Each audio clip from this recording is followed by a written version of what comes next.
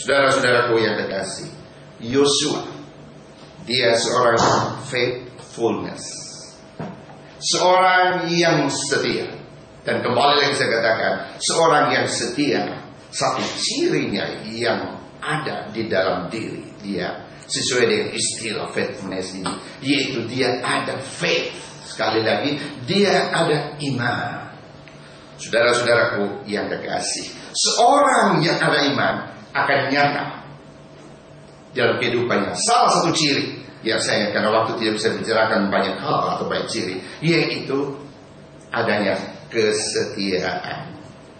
Saudara-saudaraku yang terkasih, seorang yang setia kepada Tuhan, setia kepada iman, setia kepada apa yang dia yakini dan dia percaya, ada juga beberapa ciri.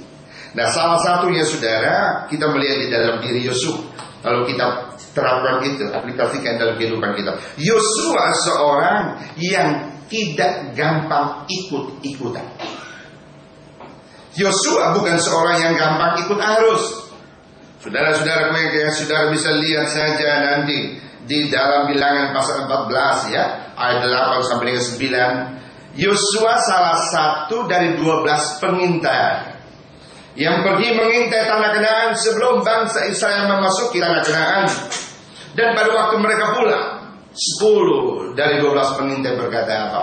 Wah, orang Kanaan itu gede-gede loh. Orang Kanaan itu besar-besar, pemakan manusia. Kita pergi tidak ada arti di hadapan mereka. Kita akan ditaklukkan, dibunuh. 10 berkata begitu. Tetapi ada 2 yang berkata lain. Nah, salah satu adalah Yosua dan Kaleb. Dan akhirnya saudara, ini 2 orang ini yang masuk tanah Kanaan. Dari sejumlah mereka yang keluar dari Mesir. Tidak gampang Yosua ini mengikuti arus apa yang dikatakan manusia, apa yang dikatakan banyak orang, apa yang diperbuat oleh banyak orang. Saudara-saudaraku yang terkasih, maka kalau saudara memperhatikan di dalam ayat yang ke-8 dan 9 Bilangan pasal 14 dikatakan, jika Tuhan berkenan kepada kita, maka Ia akan membawa kita masuk ke negeri itu dan akan memberikannya kepada kita, suatu negeri yang berlimpah-limpah susu dan madunya. Hanya janganlah memberontak kepada Tuhan dan janganlah takut kepada bangsa negeri itu, sebab mereka akan kita telan habis. Yang melindungi mereka sudah meninggalkan mereka, sedang Tuhan menyertai kita. Janganlah takut kepada mereka. Amin. Begitu banyak orang punya pemikiran dan telah berubah iman, keyakinan mereka kepada Tuhan. Tetapi Yosua salah satu dari kedua orang ini bersama Kaleb yang berkata, betul, orang-orang sana itu besar-besar, tetapi bersama dengan Tuhan kita mampu untuk bisa mengalahkan mereka. Amin.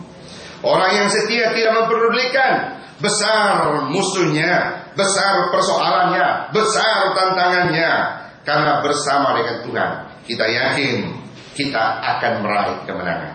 Amin. Tahun 2000, saya tidak menakutkan saudara,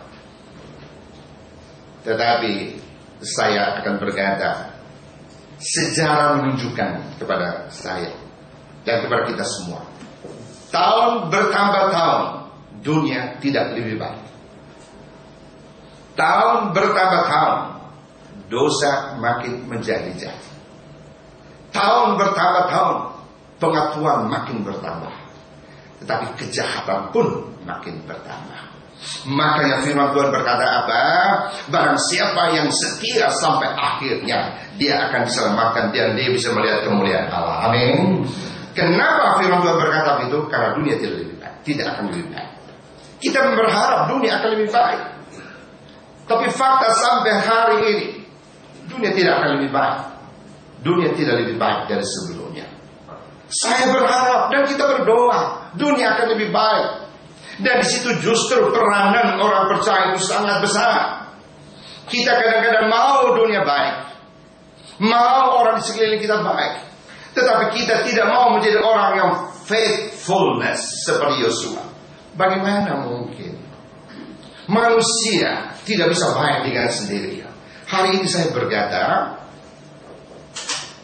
ilmu pengetahuan, arahan-arahan untuk menjadi baik itu perlu. Tetapi itu saja tidak mampu untuk merubah seseorang menjadi baik. Karena apa? Pada dasarnya manusia, dosa itu sudah merusak kehidupan manusia. Sudah hilang segala kebenaran dan kebaikan. Itu sebabnya Yesus perlu datang ke dalam dunia.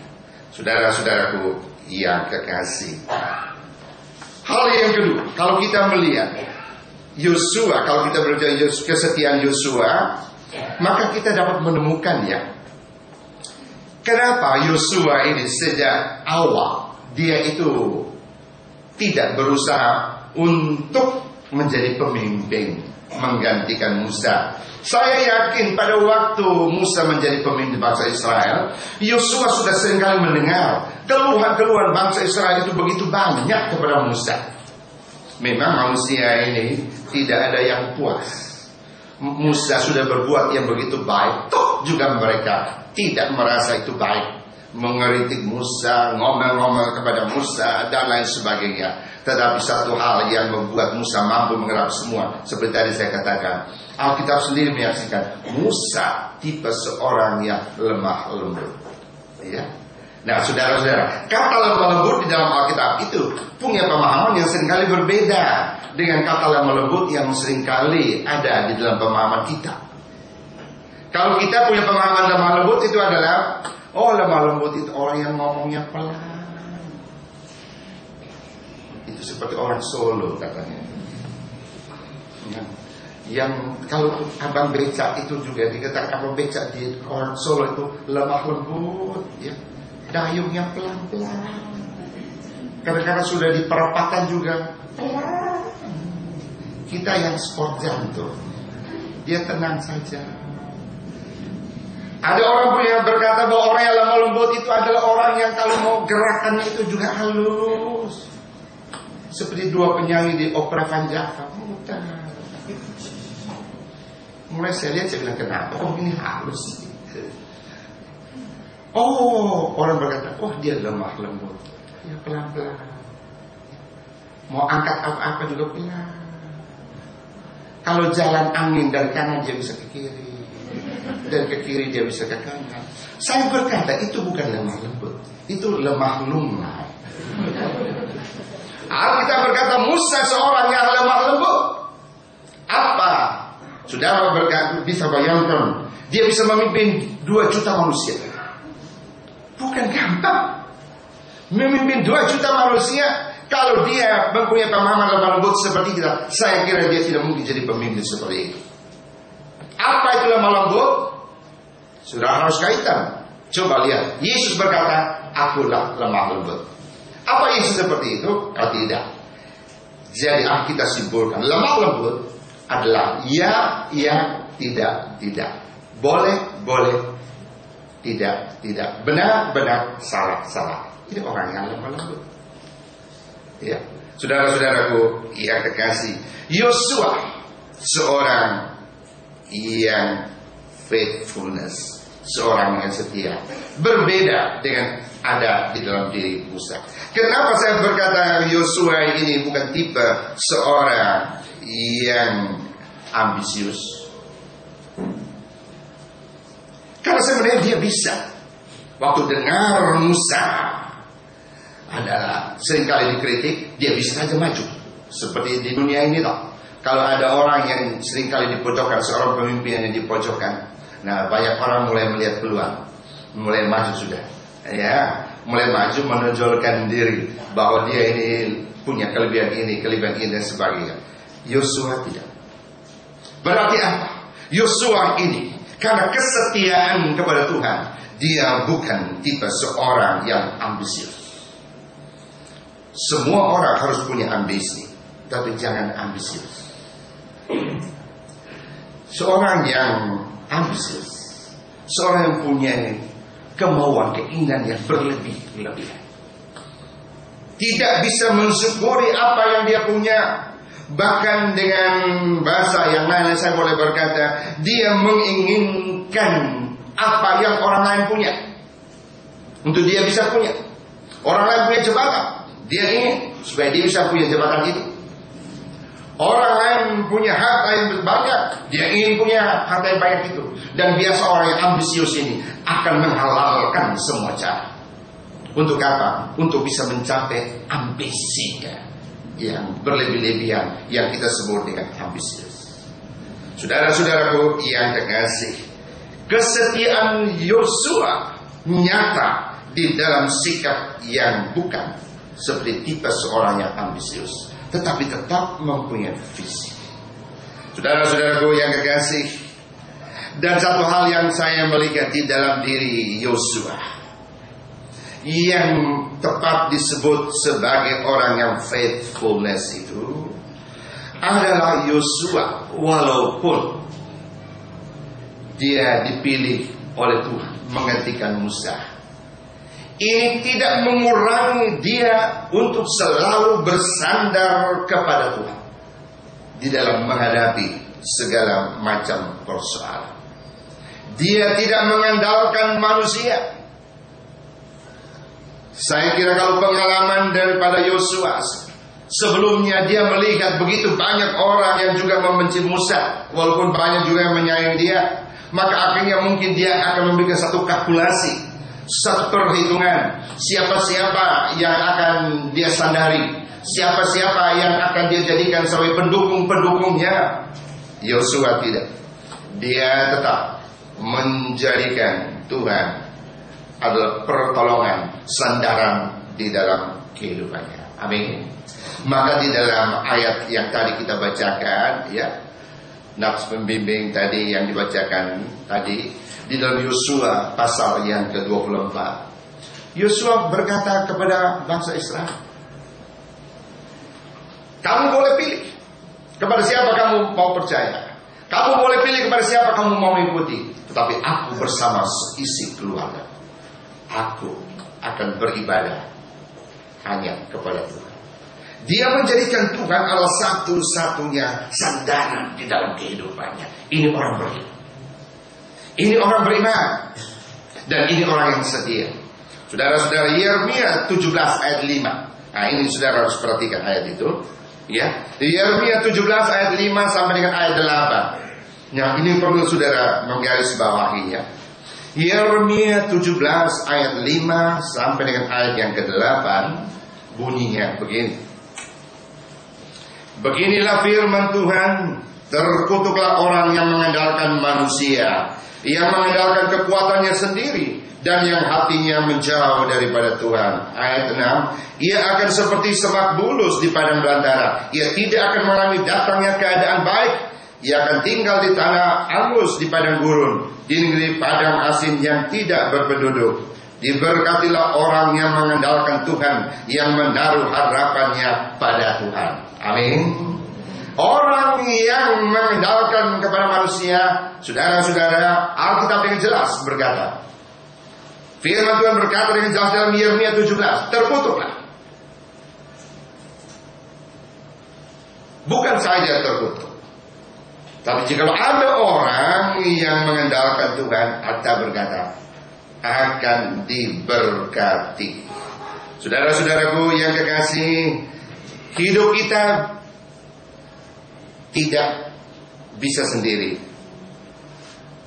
Ada yang perlu kita andalkan.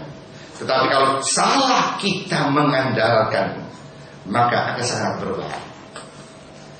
Hidup di tengah-tengah dunia ini, saudara-saudara, seringkali saya suka katakan dengan satu kalimat, selama kaki masih menginjak di bumi, saudara tidak akan luput daripada persoalan yang besar. Saudara tidak akan luput daripada pergumulan hidup ini. Saudara tidak akan luput dari beban kehidupan ini. Hari ini kalau kita berada di sini, mungkin kadang-kadang saudara terbayang kalau kita berbicara tentang masalah pergumulan dan sebagainya. Wah, enaklah para konglomerat, enaklah para petinggi-petinggi di dunia ini, enaklah para milioner-milioner di tengah-tengah dunia ini. Saudara-saudaraku yang kekasih, saya katakan selama dia punya kaki dan menginjak di bumi, selama itu dia tetap mempunyai pergumulan, dia tetap mempunyai persoalan. Air mata dia juga tertumpah seperti kita. Untuk itu saudara-saudara, kepada siapa kita harus andalkan? Saya dulu suka memimpin satu persekutuan yang di dalamnya itu hanya beberapa konglomerat saja, mungkin 5, kadang-kadang 6. Dan kalau beribadah ya 10 orang, 12 orang. Kenapa? Ya suami istri saja. Di tempat yang mewah, yang di luar, yang mengawasi mereka lebih banyak dari yang di dalam. Segala macam pakaian warna ada di luar. Pertama kali saya datang, saya lihat, wah di luarnya banyak, wah di dalamnya masih banyak. Masuk, loh hanya berapa orang. Pada waktu saya berbicara firman Tuhan, dan sebelumnya terbayang dalam pikiran saya, untuk apa mereka percaya kepada Tuhan? Sebagai orang berpikir bodoh. Banyak orang suka berkata, saya datang percaya kepada Tuhan agar saya diberkati. Tidak salah. Saya datang kepada Tuhan agar pergumulan saya boleh dibebaskan, diangkat. Tidak salah. Memang Tuhan mampu dan berjanji itu juga. Kalau konsep kita mereka ini orang yang berlebih-lebihan, mengapa harus berbicara? Kita lupa. Maka akhirnya saya katakan satu kalimat ini: selama kaki manusia masih menginjak di bumi, engkau tidak akan luput daripada segala pergumulan hidup. Engkau tidak akan luput dengan tangisan dan air mata. Untuk itu tuh, kepada siapa kita harus bersandar? Yosua, dia hanya bersandar kepada Tuhan. Maka apa yang Tuhan katakan, dia taati. Kalau dia bersandar kepada manusia, saya katakan beberapa ciri orang yang bersandar kepada manusia akan dikecewakan. Karena manusia penuh dengan kelemahan, tidak sempurna. Bagaimana kita bisa bersandar kepada mereka? Manusia bukan maha kuasa. Manusia, pikiran, segala kemampuan itu sangat terbatas. Dan manusia pun juga sudah dikutuk. Mengapa kita harus bersandar kepada manusia? Maka marilah kita bersandar kepada Allah, seperti Yosua. Karena dia maha kuasa. Amin. Dia pencipta kita. Amin. Dia sempurna. Dia adalah Tuhan. Dan dia punya rancangan yang indah untuk orang yang datang dan percaya kepada-Nya. Saudara-saudaraku yang kasih, begitu indahnya Yosua sebagai seorang yang faithfulness ini. Ya. Dan yang terakhir, saudara-saudara, satu ciri daripada Yosua, seorang yang penuh dengan kesetiaan karena ada iman. Yosua seorang yang selalu mengambil keputusannya itu dengan tepat. Walaupun itu tidak umum. Pada waktu bangsa Israel banyak yang sudah meninggalkan Tuhan, Yosua mengambil satu keputusan yang sangat tepat. Dan dia berani memproklamirkan itu. Dia katakan apa? Jika kamu mau percaya kepada orang dewa-dewa orang Mesir, silakan. Kepada dewa-dewa Amori, silakan.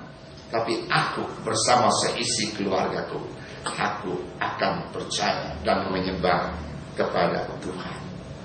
Amin. Saudara-saudaraku yang kekasih, hari ini saudara, pada waktu kita melihat dan dipaparkan sepintas tentang Yosua ini, saudara-saudara, saya kira marilah kita berdoa agar di dalam diri kita muncul keinginan Tuhan. Kalau Yosua bisa menjadi seorang yang faithfulness, aku ingin Tuhan, aku ingin jadi seorang yang faithfulness, man of faithfulness, seperti Yosua. Kalau Yosua bisa, kalau orang-orang lain bisa, maka percayalah, engkau dan saya pun bisa. Amin. Amin. Maka marilah kita berdoa kepada Tuhan.